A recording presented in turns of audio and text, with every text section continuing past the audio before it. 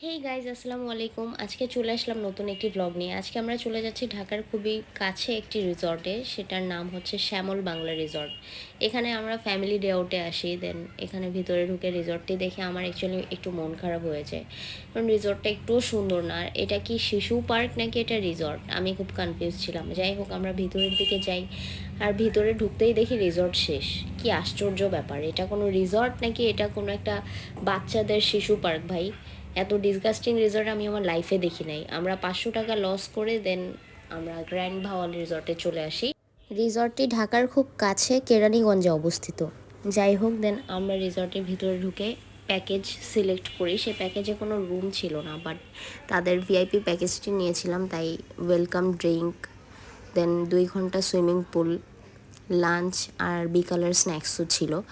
তো আমরা প্যাকেজটি নেওয়ার পর বসে বসে সুইমিং পুল দেখছিলাম, কখন যে পুলে নামবো, কারণ সেদিন খুব বেশি গরম ছিল। এই রিসর্টে ফ্যামিলি অ্যান্ড ফ্রেন্ডস দিয়ে আপনারাও চলে আসতে পারেন ডে আউটের জন্য, অথবা এখানে রিজার্ভেশনও নিতে পারেন। এখানে রুম নেওয়ার জন্য আগে থেকে রিজার্ভেশন দিতে হয়। আপনারা এই রিসর্টটিতে আসতে চাইলে প্রথমে মোহাম্মদপুর বাস স্ট্যান্ডে চলে আসবেন, দেন রাস্তার এপারে এসে যে কোনো অটো নিয়েই আপনারা চলে আসতে পারবেন এই রিসর্টটিতে। এই রিসর্টের পুলটি অনেক বড়, আর শ্যামল বাংলা রিসর্টের পুল দেখে আমি কি বলবো, আমি আসলে ভিডিওটা করতে পারি নাই, তবে পুল দেখলে আপনারাও কখনো ওই রিসর্টে যেতে চাইবেন না। যাই হোক, আমরা নিজেদের ওয়েলকাম ড্রিঙ্ক কমপ্লিট করে সুইমিং পুলে নেমে পড়ি। আর সুইমিং পুলে নামার পর তো আমার অনেক বেশি ভালো লাগছিল। আমরা অনেক মজা করছিলাম পুলে।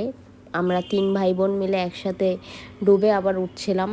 এটা পুলের সবচেয়ে ডিপ সাইড ছিল, যেখানে নেমে আমি আর উঠে দাঁড়াতে পারছিলাম না। দেন আমার ভাই আমার হাত টানাটানি করছিল।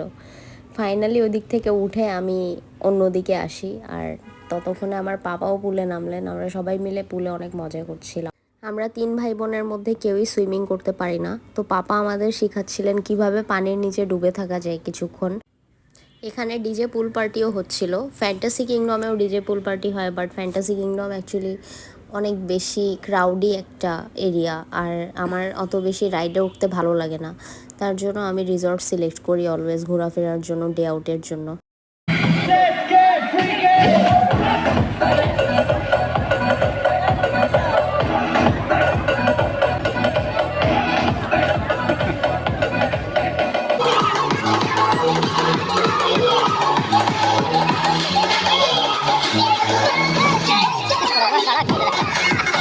সো আমরা পুল পার্টি করে এখন সুইমিং পুল থেকে উঠে যাচ্ছি। দেন আমরা শাওয়ার নিয়ে লাঞ্চের জন্য যাই। শাওয়ার নেওয়ার পরে তো স্কিনের অবস্থা খুবই খারাপ ছিল। 3 ঘন্টা পুলে থাকার পর স্কিন কতটা ড্রাই হয়ে যায় গাই, বুঝতেই পারছেন। দেন আমি লাঞ্চ কমপ্লিট করে ওই টেবিলে বসে বসে আমার মেকআপটাও কমপ্লিট করে ফেলি। আর এখন আমি হেঁটে হেঁটে পুরো রিসর্টটি দেখছি। এখন বিকাল 4টা বাজে, তারপরও বাইরে খুব বেশি রোদ।